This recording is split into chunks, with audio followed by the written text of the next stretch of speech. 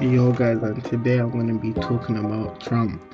If you haven't read this manhwa, I do not know what you've been doing. Like, I read like what 2 seasons and a half of this. It's like 4 seasons.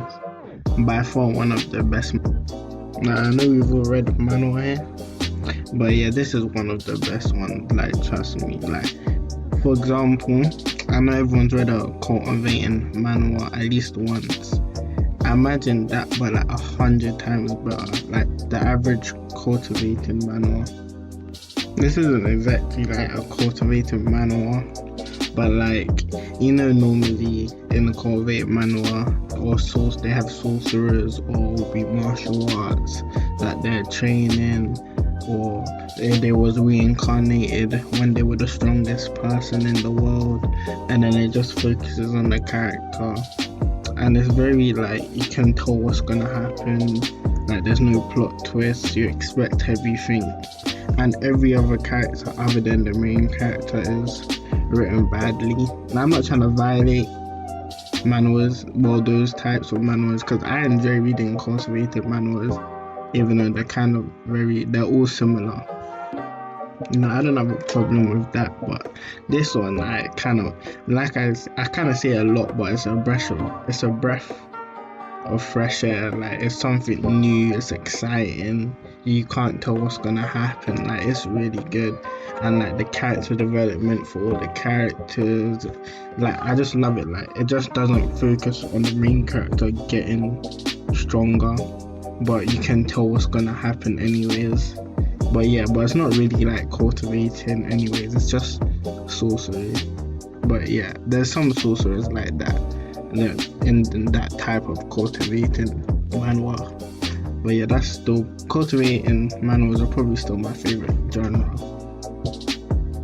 It's kind of just like a subcategory. Like there's no actual genre called cultivating, but it's like how you call certain shonens battle shonen, just a subgenre of what it is. But yeah, well, time to embarrass myself pronouncing Korean names. Well, I don't know, but basically Pearson is the main character, and he's a son of a criminal basically, and obviously he doesn't know that, so he wants to find his father, which his father Ren gave it to one of his friends to look after him while he goes away and finds something to help him discover something. I don't want to get into that, but yeah.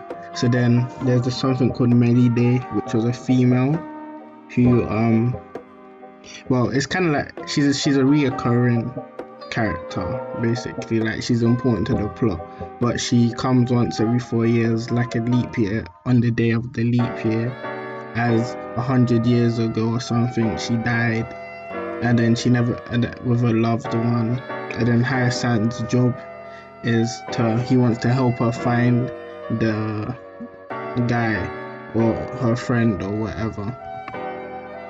Like it's so thought out, like the story, which is why I love it.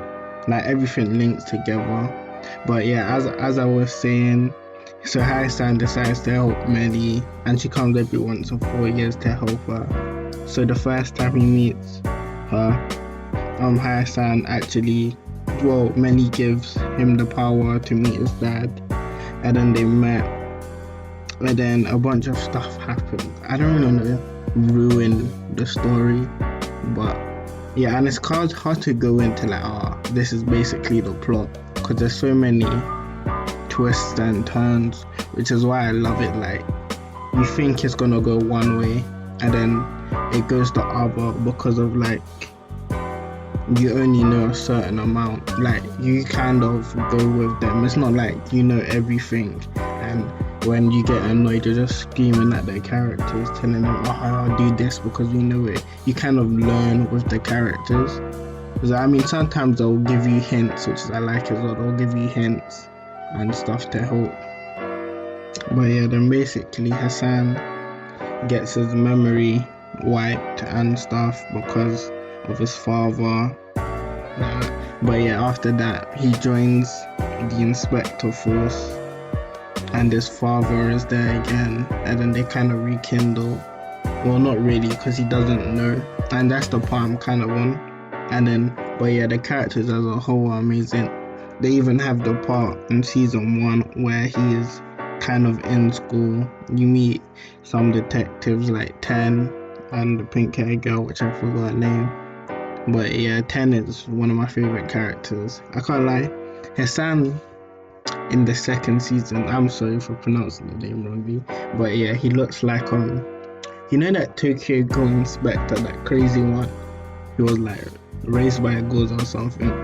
Yeah, that's what he reminds me of in terms of looks. But and obviously, as I was saying, like you meet Melly at the start, and you learn about Hassan's mother, and like everything that happens kind of leads back to them, but it kind of makes sense. For example, there's this kind of arc in season 2 where they're looking for the pink hair girl's sister, I mean brother, and obviously her mother died, but the mother was friends with Rand's wife. I forgot.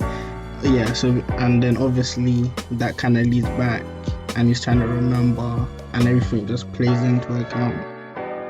Or like the captain that no one knows anything about is somehow related to Many Day, but we don't know. Like I just love it. Like you don't know what's gonna happen. The characters are good. There's no annoying girl character. Like for me personally, like they're not poorly written. Like the one in season 1, I love. It's probably one of my favorite female characters. She just seemed cool right off the bat. Like you know when you saw Kakashi for the first time, you're like, oh yeah, this guy looks cool. Yeah, that's the vibes I got from her. I will say the pacing's a bit slow, especially at the start. Like it took me like 1 week just to like get to chapter 5, like because it was so slow. I got bored of it, left it. But yeah, I was like, oh, let me just give it time. And as I got into it, I realized, yeah, nah, this is cool. You know, you can't rush greatness. But yeah, as I was saying, yeah, it kind of starts off a bit slow, and yeah, in season 1, really, like the character development of the main character, you kind of see him go for kind of like a crybaby, I guess, to a more of a mature own person. But I mean, like he was a little kid, so it's understandable.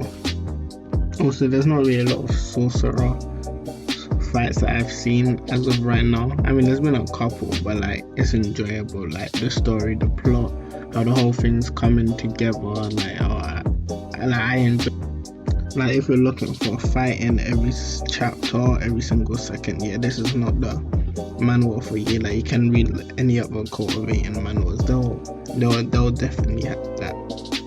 If you want a more thought out story, actual good characters, like this show, you can take out the main character and it would still be fine to read. Like yeah. And the art style, I keep forgetting to mention this in manhwas, but yeah, this is definitely one of my favorite art styles. Like what they do with the hair, the eye color, like it's beautiful. I can't even lie. Like I enjoy reading it. Like it just looks nice to look at. Like I've read manhwas that I can't read no more because I thought the art style was shit. Or yeah, I thought it was just hurting my eyes. Like if you read this, you're definitely gonna enjoy the art style. Yeah, bro, as I was saying, if you want a good manhwa, personally, since I've only read like 2.5 seasons, there's like 4 seasons. Oh, I don't know, I'll give it like A tier manhwa, maybe even S. Like that's really how good it is. Probably an S. But yeah, the pacing's slow, as I said. I'm normally, I don't know, if it's done right, it's good, I guess, where I am. But like, you have to read it to like really understand it, because I don't really want to go into too much detail about it. You know, just let yourself witness the greatness of this manhwa. Definitely one of the best of the high tiers. Like You know, like when you had the big three, they were taken or had aspects of Dragon Ball. That's how I feel like cultivating manuals should be. You know, take stuff from this, because the rest are too similar. Even though I enjoy reading them, but like, come on, they can do so much better than they are already. Now I just feel like the average manga is better than the average manhwa, or the average battle shonen, I guess, is better than the average cultivating manhwa by far. But yeah, what I'm saying, you gotta be in for a good ride with the characters and just the show. I mean, the manhwa overall.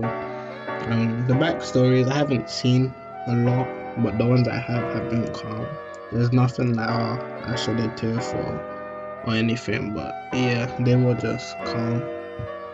Like it's good. Like overall everything's good, and then you just have stuff that makes it higher. Like there's not really a bad thing that I can say about it as of right now, other than the pacings. Like I don't know, people like slow pacing, some people like fast. Other than that, really.